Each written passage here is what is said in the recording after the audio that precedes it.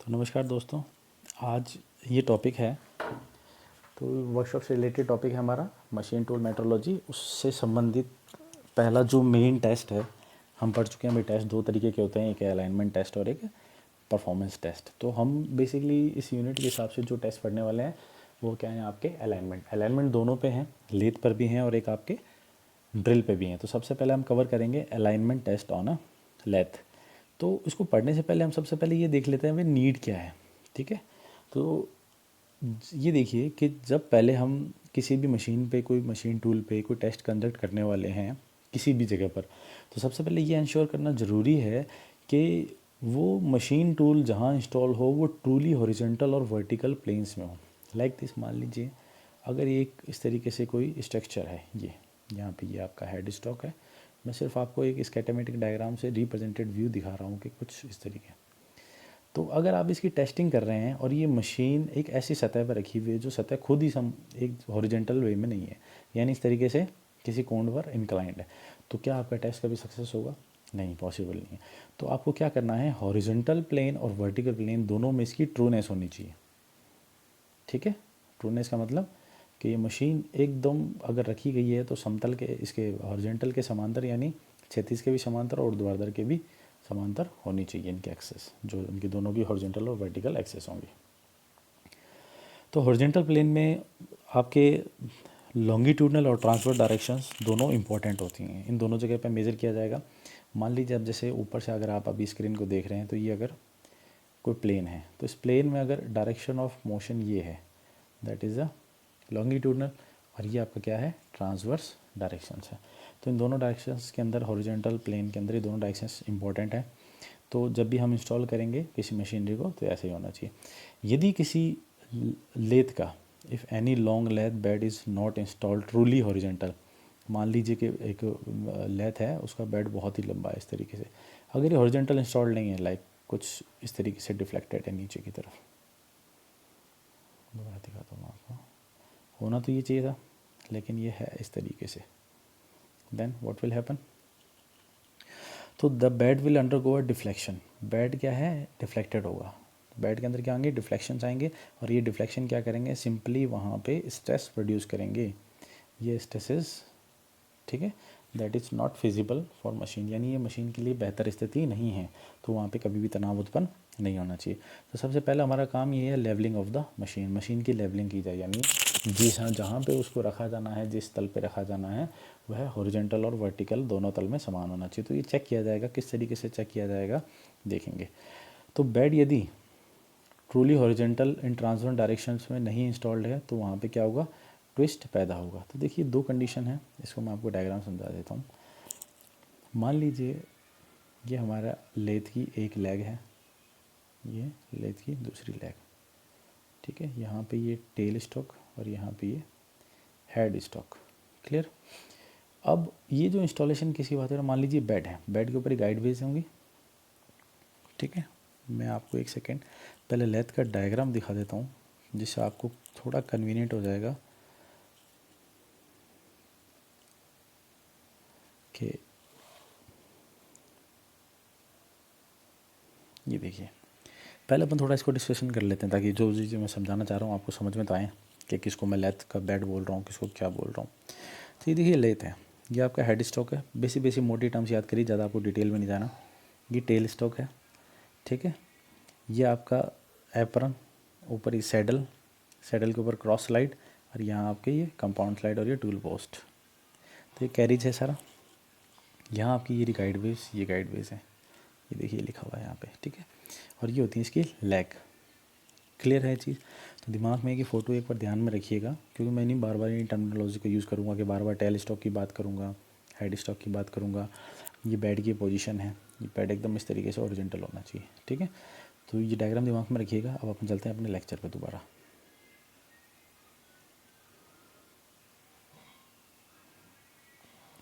ठीक है, अब देखते हैं कि यदि बेड लॉन्गिट्यूडनल डायरेक्शंस में ट्रूली इंस्टॉल नहीं हो, मतलब बेड अभी अभी हमने देखा होना तो यूँ चाहिए था लेकिन है नहीं, तो यहाँ पे क्या होगा, इस तरीके से डिफ्लेक्शन प्रोड्यूस होगा, ठीक है। ये फिर डिफ्लेक्शन क्या करेंगे, स्ट्रेसेस प्रोड्यूस करेंगे। तो ये तो बात हुई जब हॉरिजॉन्टल डायरेक्शंस में, लॉन्गिट्यूडनल डायरेक्शन में, हॉरिजॉन्टल प्लेन में लॉन्गिट्यूडनल। लेकिन अगर ट्रांसवर्स डायरेक्शन की मैं बात करूँ तो अगर मैं आपको ऊपर से दिखाऊँ तो बेड कुछ इस तरीके से दिखेगा लैथ का, ठीक है। यहाँ पे आपका ये हेड स्टॉक और यहाँ पे आपका ये टेल स्टॉक, ठीक है। तो ट्रांसवर्स डायरेक्शन यानी ये इस डायरेक्शन से मान लीजिए कि ये वाली आगे वाला जो फ्रंट है वो ये पीछे वाले के मुकाबले कुछ ऊपर उठा हुआ है। यानी अगर मैं कहूँ कि इस तरफ ढलान है, हमने इसको एक ऐसी ज़मीन पर रखा कि लेथ क्या है, पीछे की तरफ थोड़ी झुकती हुई है। अगर इस तरह की स्थिति हो ट्रांसवर्स प्लेन में तो वहाँ क्या होगा, ट्विस्ट पैदा होगा, ठीक है। ट्विस्ट का मतलब एटन पैदा हो जाएगी। तो बेड के अंदर क्या होगा, तो ये भी क्या है, फेवरेबल कंडीशंस नहीं है। तो इन सब से बचने के लिए हमें क्या करना है, सबसे पहले लेवलिंग ऑफ द मशीन करनी है। ये नुकसान है सारे, तो कैसे की जाएगी देखिए। अगर ये सब हुआ तो क्या होगा, the movement of saddle can't be straight line and the true geometric cylinder can't be generated. अगर वो दोनों हमने जो भी डिस्कस करी हैं कि हॉरिजॉन्टल प्लेन के अंदर अगर लॉन्गिट्यूडनल वे में अगर आप बेड को प्रॉपर नहीं इंस्टॉल करते हो तो वहाँ पे डिफ्लेक्शन होगा, और ट्रांसवर्स में होगा तो वहाँ ट्विस्ट होगा। तो अगर ऐसा दोनों में ये दोनों स्थितियाँ होती हैं तो आपका सैडल है जो मैंने अभी आपको दिखाया कैरी, जिसके अंदर एप्रन और ये सब पार्ट हैं, है ना। तो ये सैडल क्या होगा, कभी भी स्ट्रेट लाइन में मूव नहीं कर पाएगा, क्योंकि स्ट्रेडल क्या है, सैडल क्या है, गाइड वेज पे ही मूव करता है लाइक दिस, ठीक है। तो अगर ऐसा हुआ तो ये स्ट्रेट लाइन में कभी भी मूव नहीं कर पाएगा, जो बहुत ही ज़्यादा ज़रूरी है। तो अब फिर इसके अगर ये प्रॉपर एक डायरेक्शन मूव नहीं कर पाएगा स्ट्रेट लाइन में तो क्या होगा, आपको ज्योमेट्रिकल सिलेंडर की ट्रू ज्योमेट्री कभी भी जनरेट नहीं होगी। ट्रू ज्योमेट्री यानी अगर आप उसको कंप्लीट सर्कुलर बनाना चाहते हैं, ये सिलेंड्रिकल, तो हो सकता है उसकी ज्योमेट्री में कहीं ना कहीं लाइक दिस इस तरीके का डिफेक्ट आपको मिल जाए, पॉसिबिलिटी है, ठीक है। तो for proper installation and maintenance of its accuracy a special concrete foundation of considerable depth must be prepare. ये देखिए क्या करना चाहिए, इसका लेथ के प्रॉपर इंस्टॉलेशन के लिए कंक्रीट की फाउंडेशन बनानी चाहिए जिसकी डेप्थ क्या हो, कंसिडरेबल हो, एक अच्छा खासा अमाउंट हो। ऐसा नहीं सिर्फ ऊपर थोड़ा सा लेवल बना के उस पर लेथ रख दी जाए, ताकि इसमें क्या है कि जब भी लेथ इस तरीके की हैवी मशीन टूल्स ऑपरेट होते हैं तो वाइब्रेशन बहुत ज़्यादा जनरेट होता है। The level of machine bed in longitudinal and transfer direction is generally tested by spirit level. हमें नुकसान तो पता लग गए कि भाई हॉरिजॉन्टल डायरेक्शन के अंदर, जब हॉरिजॉन्टल प्लेन में जब आपका लॉन्गिट्यूडनल डायरेक्शन हो चाहे आपकी ट्रांसवर्स डायरेक्शन हो, अगर वहाँ पे कोई डिफेक्ट रहता है तो वो हमारे लिए क्या नुकसानदायक है कि सैडल का मूवमेंट क्या होगा, कभी भी स्ट्रेट लाइन में नहीं होगा, और ट्रू ज्योमेट्रिकल सिलेंडर आपको जो जनरेट होना चाहिए, जैसी प्रोफाइल जनरेट होनी चाहिए, वह नहीं हो पाएगी।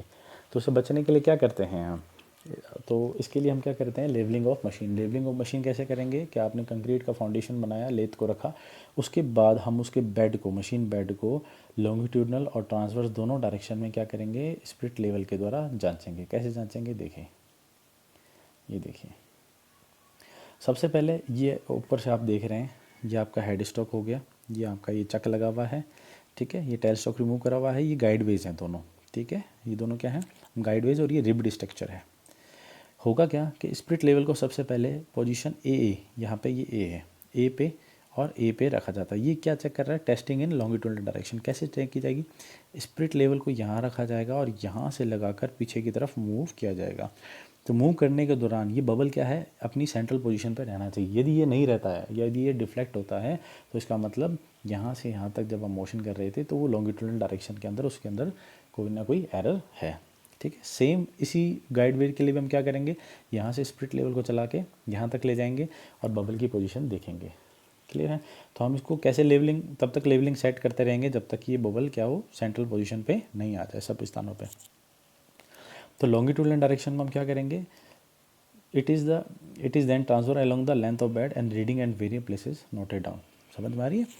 स्प्रिट लेवल को यहाँ रखना है, लॉन्गिट्यूडनल डायरेक्शन में चलाना है, और भिन्न भिन्न स्थानों पे मान लीजिए हमने ये 3 रीडिंग है तो तीनों जगह पे रीडिंग नोट कर ली। तो इस तरीके से तीनों जगह पे रीडिंग समान होनी चाहिए, तब ये लॉन्गिट्यूडनल डायरेक्शन में हॉरिजॉन्टल प्लेन में लेवल में स्थित है। अब आती है वर्टिकल की बात कि वर्टिकल में कैसे जांच किया जाए। वर्टिकल का मतलब ट्रांसवर्स डायरेक्शन के अंदर। ये देखिए, आपको ट्रांसवर्स डायरेक्शन में यदि चेक करना हो तो उसमें क्या करना है कि अगर आप ध्यान से देखेंगे तो ये देखिए,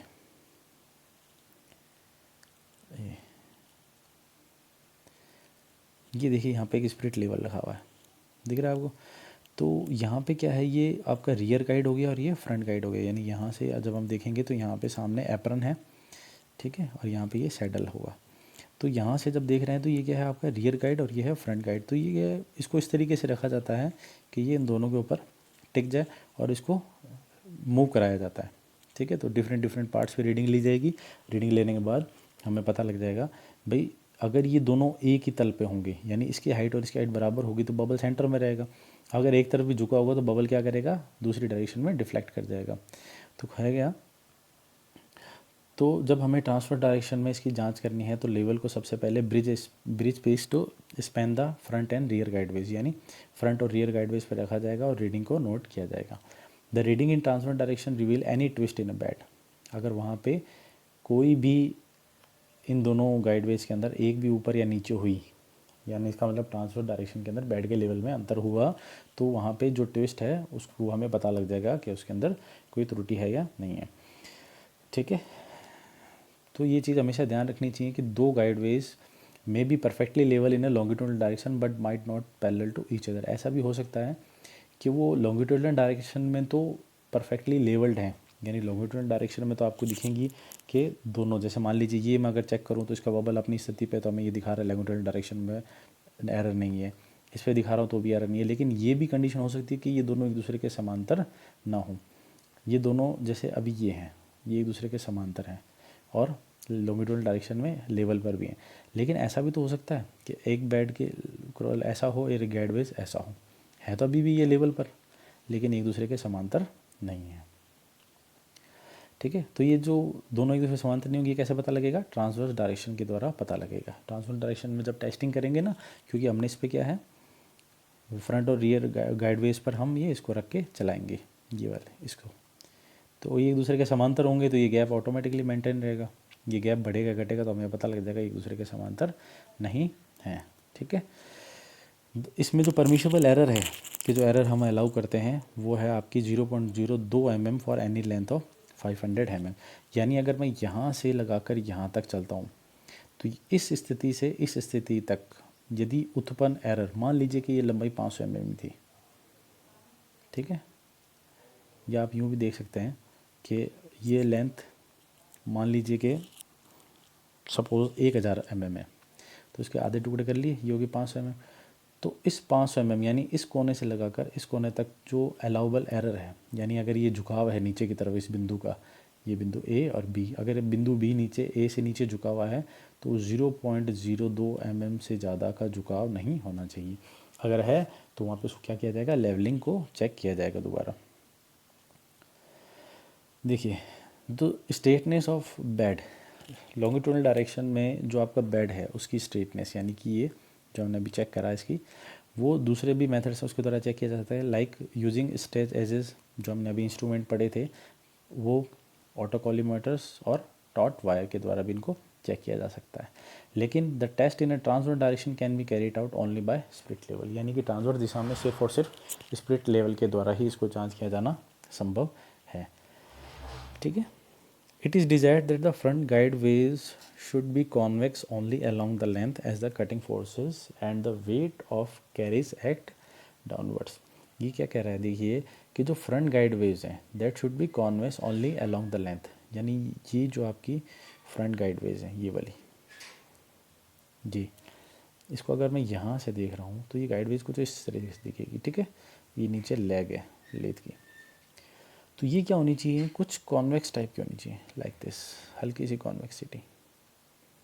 क्यों होनी चाहिए, बिकॉज जो कटिंग फोर्सेस हैं और जो वेट है इनका ऊपर जो लगने वाले ये जो apron cylinder tool post tool लगेंगे, तो जब कटिंग एक्शन परफॉर्म होता है तो फोर्सेस कहाँ लगते हैं, डाउनवर्ड डायरेक्शन में, तो उसको सस्टेन करने के लिए हल्की सी कॉन्वेक्सिटी इसके अंदर होनी चाहिए। कहाँ पे, फ्रंट गाइडवेज पे, क्लियर।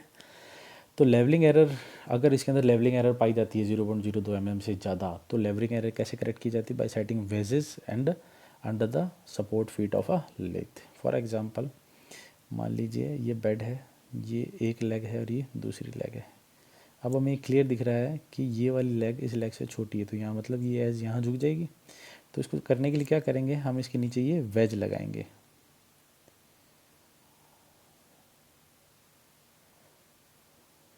Like this. तो ये वेजेस के पीसेज अगर इसके अंदर डाल दिए जाएंगे तो ये क्या करेंगे, इसके लेवल को मेंटेन कर देंगे दोनों को। समझ में आ गई?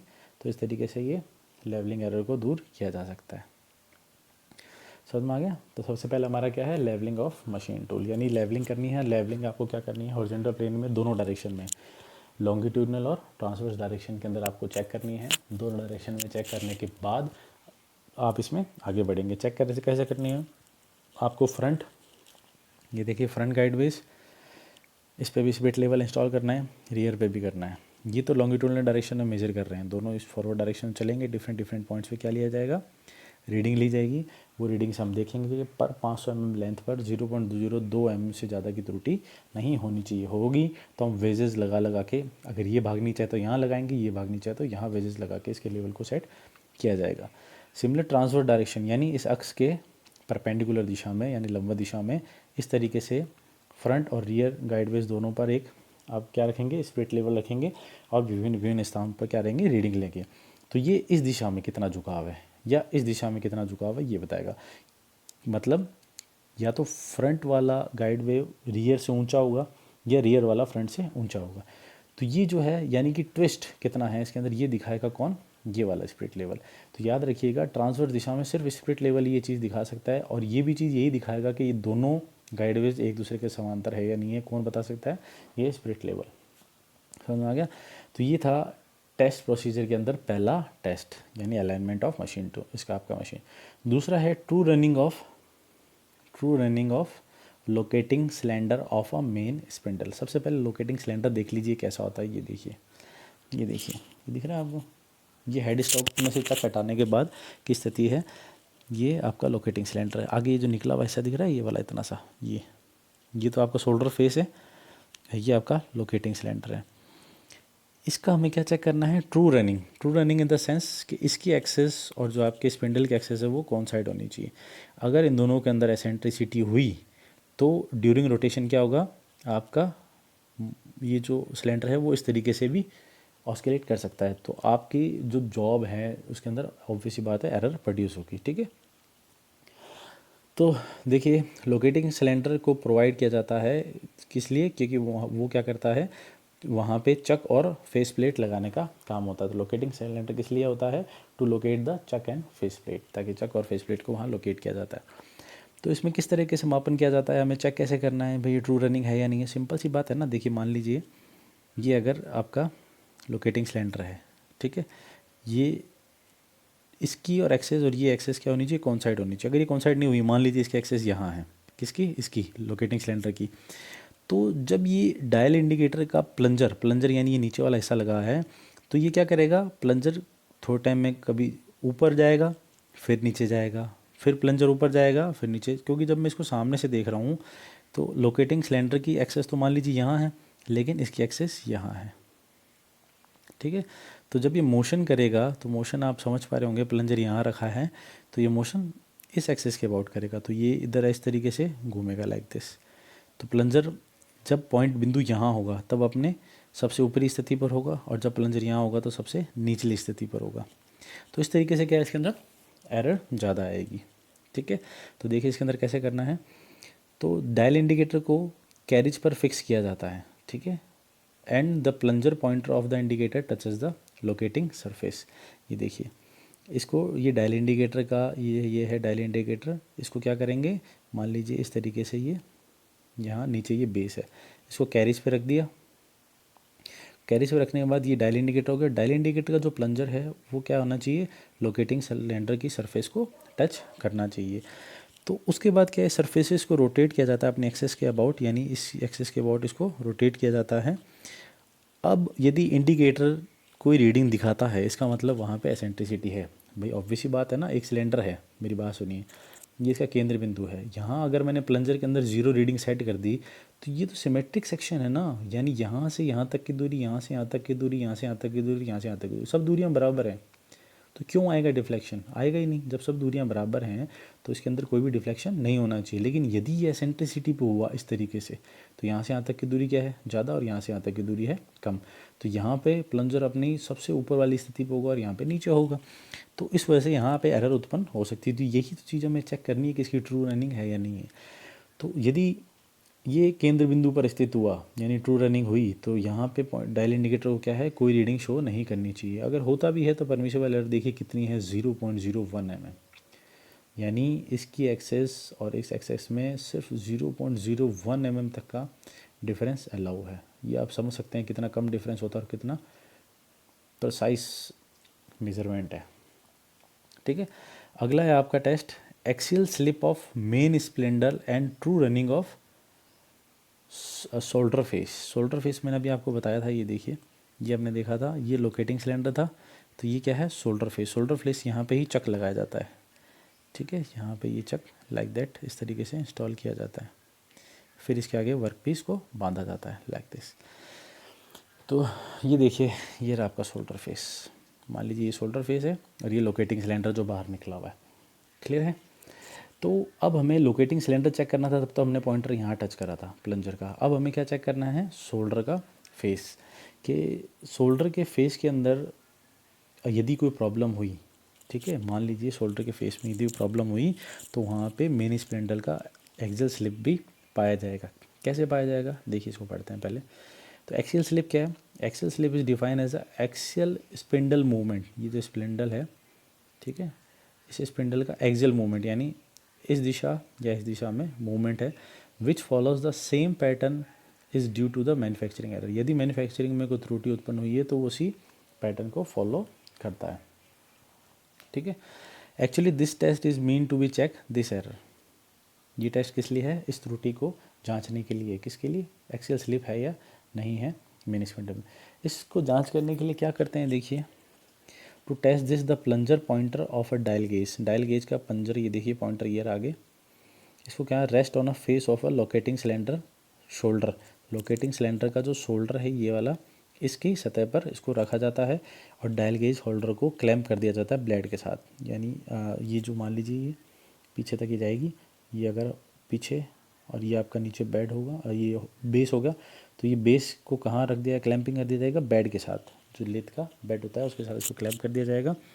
तो इसको दोनों स्थितियों पे डायमेट्रिकली पोजीशन, यानी एक यहाँ पे और एक इसके अपोजिट साइड भी दोनों तरफ रीडिंग ली जाती है। देखिए, तो the locating cylinder is then rotated and change in reading is noted down. भाई आपने यहाँ प्लंजर रख दिया, इसको इस दिशा में एक बार रोटेट कर लिया, ठीक है। अगर इसके अंदर कोई त्रुटि हुई, त्रुटि यानी अगर मान लीजिए ये सिलेंडर कुछ इस तरीके का होता, ये कुछ इस तरीके से होता, तो त्रुटि आएगी ना। आपने यहाँ प्लंजर रखा, ठीक है, तो यहाँ प्लंजर कुछ अंदर की तरफ दबा होगा क्योंकि यहाँ नीचे सतह का मान ज़्यादा है। फिर जब ये घूम के सतह आएगी तो प्लंजर थोड़ा बाहर की तरफ निकल जाएगा, तो ये त्रुटि पकड़ में आ गई शोल्डर फेस में। फिर इसी डायरेक्शन में दोबारा लगाया जाएगा। तो देखिए, तो लोकेटिंग सिलेंडर को क्या किया जाएगा? रोटेट किया जाएगा लोकेटिंग सिलेंडर को, और change in reading is noted down. अगर कुछ है तो reading are taken in two diametrically opposite points, यानी डायमेट्रिकली दो अपोजिट पॉइंट्स पे रीडिंग ली जाएगी। अगर एक रीडिंग आप यहाँ ले रहे हैं तो इसके डायमेट्रिकली अपोजिट यानी दूसरी रीडिंग आप यहाँ लेंगे। तो total error indicated by the movement of pointer includes 3 main source of error. अगर इसमें एरर आती है तो किस वजह से है, उसके 3 कारण होने संभव है। देखिए, पहला, axial slip due to error in bearing supporting the locating shoulder. ये लोकेटिंग शोल्डर हैं, ठीक है, इसको अगर सपोर्ट करने वाली बियरिंग के अंदर ही कुछ कोई एरर है, बियरिंग होनी चाहिए लाइक दिस। ये बियरिंग अगर है तो ये कोसेंट्रिक होनी चाहिए एक्सियल से। अगर ये बियरिंग इस तरीके से इंस्टॉल्ड है लाइक दिस, ठीक है, तो ये बियरिंग क्या करेगा? इस प्लंजर को इस तरीके से मूव कराएगा, और इसी के ऊपर अगर मैंने शोल्डर फ्लेस लगा हुआ है, सपोर्ट कर रहा है इसके ऊपर ही शोल्डर फ्लेस, तो शोल्डर फ्लेस भी आपका क्या करेगा? रोटेशन के साथ साथ, ये रोटेशन के साथ साथ इस तरीके का मूवमेंट और शो करेगा। तो यह क्या है? इस एक्सियल दिशा में जो विस्थापन हो रहा है वही तो एक्सियल एरर स्लिप है। तो ये एक्सियल स्लिप क्या है? यानी ऐसा लगेगा कि ये आगे पीछे हो रहा है, ठीक है। The bearings are not perpendicular to the axis of rotation due to it is a point on a shoulder will move actually in and out in the diametrically opposite points. ठीक है, अगर बियरिंग्स की जो आपको बताई अभी अभी कि जो एक्सेस है वो क्या होनी चाहिए, एक्सेस ऑफ रोटेशन के समांतर होनी चाहिए, यानी एक एक्स होनी चाहिए, और बेरिंग की जो खुद है वो क्या होनी चाहिए, उस एक्सेस ऑफ रोटेशन के परपेंडिकुलर, यानी इस तरीके से ये क्या होना चाहिए, 90 डिग्री होना चाहिए, और इसके एक्सेस और इसके एक्सेस बराबर होने चाहिए। दूसरी एरर कब आ सकती है, face of locating shoulder should not in a plane perpendicular to axis of rotation. Face of ये खुद फेस, जैसा अभी इसके अंदर हमें दिख रहा है कि फेस है कुछ इस तरीके से, लाइक दिस। अभी तो ये 90 पे, 90 पे नहीं होता तो लाइक दिस, इस तरीके से होता। तो ये कुछ एंगल बना रहा है लेकिन ये 90 नहीं है। अगर इस तरह की स्थिति भी होगी तब भी क्या है, एक्सेल स्लिप होगा। ठीक है, ये बहुत, अगर ये चीज़ आपको समझ में नहीं आ रही है तो मैं इसका एक बहुत आसान सा तरीका बता सकता हूँ। घर पे आप एक्सपेरिमेंट परफॉर्म कर सकते हैं। एक छोटी सी लकड़ी ले लीजिए, ठीक है, एक कागज़ का टुकड़ा फाड़िए और उसको इसके ऊपर यूँ लपेट दीजिए, एकदम बराबर सर्कुलर टुकड़ा होना चाहिए, और उसका केंद्र से ही ये लकड़ी गुजरनी चाहिए। अब इस लकड़ी को आप घुमा के देखना तो आपको ये कागज़ बिल्कुल इस तरीके से ही रोटेट होता हुआ दिखेगा। क्लियर है, देखने की दिशा आपकी ये होनी चाहिए। उसके बाद आपको क्या करना है कि इस कागज़ का टुकड़ा ले लीजिए कोई, या कोई ऐसी प्लेट ले लीजिए जिसमें आप बीच में छेद कर सकें। अब इस कागज़ के टुकड़े को आप थोड़ा सा इस तरीके से इंस्टॉल कर दीजिए, गुजरना भी सेंटर पे लेकिन ये भी 90 डिग्री। भाई कागज़ पहले, अब ये 90 डिग्री पे नहीं है, यानी इसकी सतह और इसकी सतह में एंगल क्या है, 90 से कम है। ठीक है, जो थीटा होगा वो लेस देन 90 कर दिया हमने, 90 से कम कर दिया। अब ये भी आपको यहीं से देखना है। ठीक है, अब इसको आप रोटेट करेंगे तब आपको ये जो ये पॉइंट्स है ना, ये पॉइंट्स इस तरीके से मूव करते दिखाई देंगे, कभी बाहर कभी अंदर। तो ये इसी की बात कर रहा है, एक्सियल स्लिप। तो ये एक्सियल स्लिप ऐसा लगता है कि ये जो है ना स्प्लेंडर, ये खुद अपनी स्थिति में मूव स्लिप कर रही है, जबकि ऐसा नहीं होता। तीसरा कारण क्या है, irregularities of front face. Front face में यदि कोई इरेगुलरिटीज़ है, मान लीजिए जैसे ये शोल्डर फेस है, ये खुद तो 90 डिग्री पे है, लेकिन ये जो आगे वाला फ्रंट फेस है ये वाला, अगर यहाँ कोई इरेगुलरिटीज़ है, इरेगुलरिटीज़ का मतलब कि पीछे वाली सतह तो एकदम समांतर है लेकिन ये कुछ इस तरीके से है। अब तो ये जो डिफेक्ट है ये भी अब आपको जब घूमेगा तो ये पॉइंट्स अंदर बाहर आते हुए दिखाई देंगे। तो ये भी क्या है, एक एक्सेल स्लिप का कारण है। तो ये सबसे ज़्यादा नुकसानदायक कब है, due to axial slip in thread cutting. जब भी हम थ्रेड कटिंग परफॉर्म करते हैं लेप पे, तो pitch will not be uniform due to periodic motion of a spindle. Periodic यानी इस तरीके से अंदर बार बार मोशन होगा। तो however is not important while turning. तो अगर ऐसा होता है, ये टर्निंग के टाइम पे इतना इंपॉर्टेंट नहीं है ये, तो टर्निंग में ये चीज़ें इतनी मैटर नहीं करती, लेकिन जब थ्रेड कटिंग करेंगे तब बहुत मैटर करती है, क्योंकि थ्रेड के अंदर पिच को अफेक्ट करता है ये, जो जिससे सारा का सारा आपकी थ्रेड की डेफिनेशन ही चेंज हो जाती है। Number 4, true running of head stock centre. क्या है आपका, true running of head stock centre. Head stock का सेंटर, तो सबसे पहले देख लीजिए हेड स्टॉक, ये अपना हेड स्टॉक हो गया। ठीक है, ये हमारा shoulder face, locating cylinder, locating cylinder के अंदर ये लगाया हुआ हमारा हेड स्टॉक का सेंटर, यानी ये लाइफ सेंटर। अब हमें इसका क्या क्या चेक करना है, ट्रू रनिंग। ट्रू रनिंग यानी अभी आप भी समझ में आने लग रही है हमारे को चीज़ें कि ट्रू रनिंग का मतलब क्या है, कि इसकी एक्सेस और इसकी एक्सेस एक बराबर होनी चाहिए, और जो घूमते टाइम ये एकदम प्योर बिल्कुल रोटेशन में दिखना चाहिए, यानी इस तरीके से इसका कहीं पीरियडिक मोशन नहीं दिखना चाहिए, एक्सेल स्लिप नहीं दिखना चाहिए, वो है ट्रू रनिंग। क्लियर है, यानी इसकी इस एक्सेस के साथ कोई भी एसेंट्रिसिटी नहीं होनी चाहिए। ठीक है, तो देखिए head stock centre is live centre and the work piece has to rotate with this centre. भाई इस सेंटर, ये इसका काम क्या है, यहाँ पे आगे वर्क पीस लगाया जाएगा। मान लीजिए कोई वर्क पीस है, इसको इस तरीके से लगाया जाएगा। अगर ये ट्रू रनिंग नहीं रखता, यानी खुद एसेंट्रिसिटी पे लाइक दिस, अगर ये यहाँ है, ठीक है, तो ये जॉब को एक तो सेंटर यहाँ लगेगा और एक सेंटर यहाँ लगेगा, तो ये जो ये डिफरेंस है, इस वजह से क्या होगा, यहाँ पे इसकी जो फॉर्म बनने वाली है उसके अंदर एरर प्रोड्यूस होगी। क्लियर है,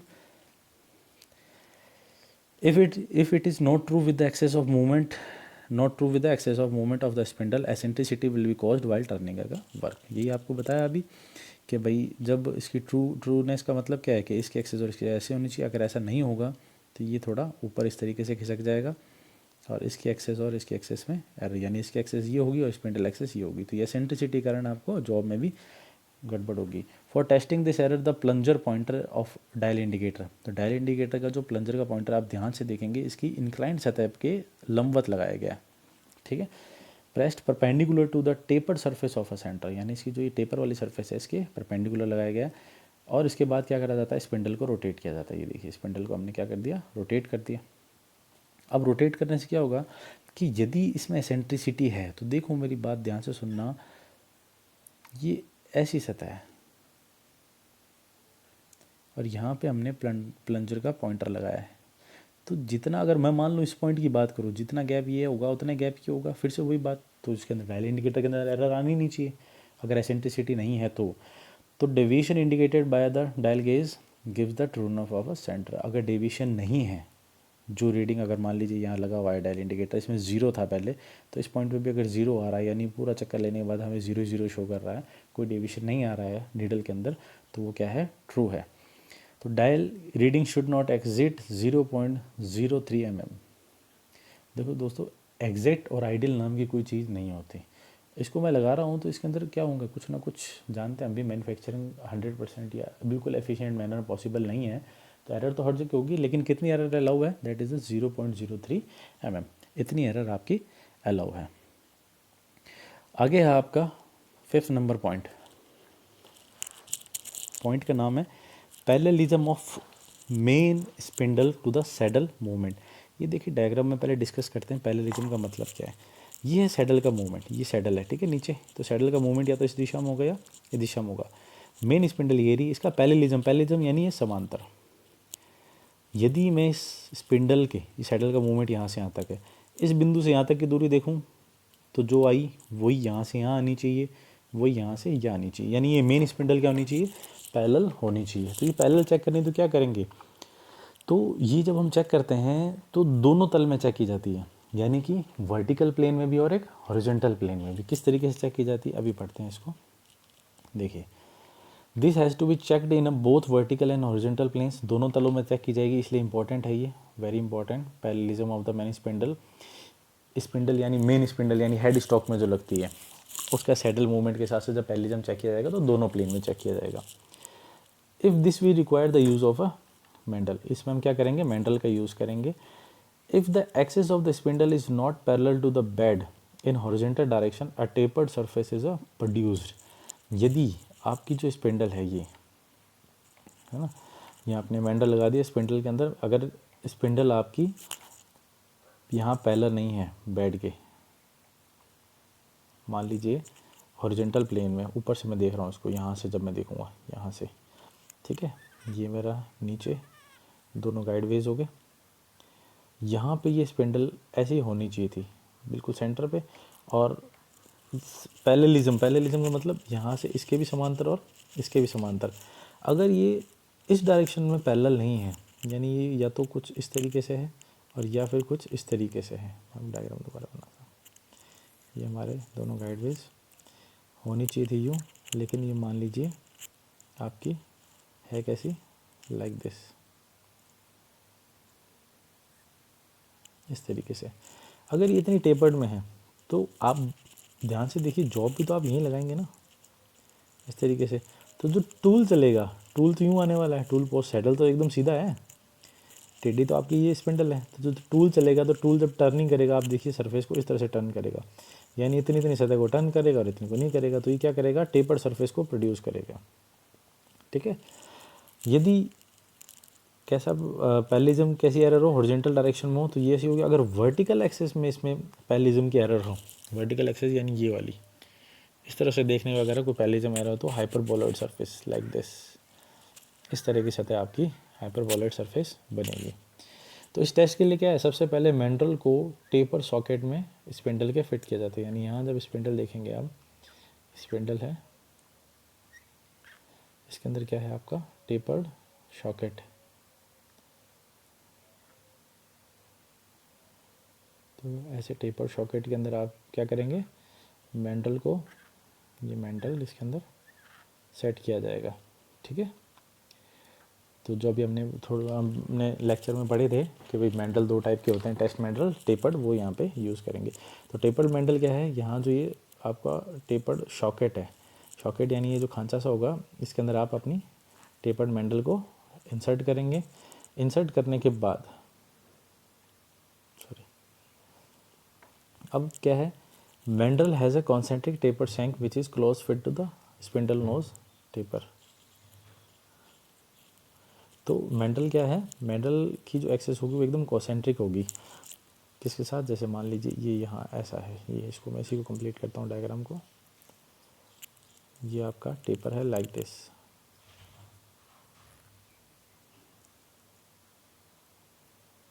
इस तरीके से।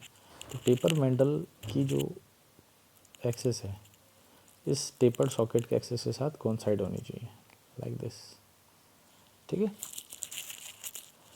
The plunger pointer of the dial indicator is pressed on the Mendel. ये देखिए, पहले हमने वर्टिकल प्लेन में इस तरीके से लगाना है यानी ए, और जब बी लगाना है तो हम इस सरफेस पे लगाएंगे, यहाँ पे इस सरफेस पे ये लगाना है पॉइंटर। तो पॉइंटर का प्लंजर इस सतह पे लगा दिया जाएगा और इसको इस तरीके से मूव किया जाएगा। जब हॉरिजॉन्टल लगाएंगे तब भी इस डायरेक्शन में मूव किया जाएगा। तो यहाँ से यहाँ तक चलने में जितनी भी उसके अंदर अगर एरर हुई या एसेंट्रिक हुआ, भाई ये भी तो हो सकता है ना, ये लाइक दिस भी तो हो सकता है इस तरीके से, ठीक है। तो ये प्लंजर हमें ये रीडिंग देगा। और हॉरिजॉन्टल प्लेन में अगर मैं इसको ऊपर से देखूं, होनी तो यूँ चाहिए थी, अगर ये ऐसी है तो प्लंजर यहाँ टिका हुआ है इस जगह पे, चलते चलते प्लंजर यहाँ जाएगा तो ये आप देख रहे होंगे प्लंजर की रीडिंग यहाँ और यहाँ में अंतर आएगा। तो ये डेविएशन आपको इंडिकेटर, डायल इंडिकेटर पढ़ के बताएगा, ठीक है। तो इंडिकेटर आप देखेंगे दोनों दिशाओं में लगाने हैं, वर्टिकल और हॉरिजॉन्टल, दोनों दिशाओं में आप इंडिकेटर लगाएंगे। ए और बी द्वारा दिखाए गए हैं। जो वर्टिकल प्लेन का है वो है आपका ए, और बी वाला क्या है आपका हॉरिजॉन्टल प्लेन का है।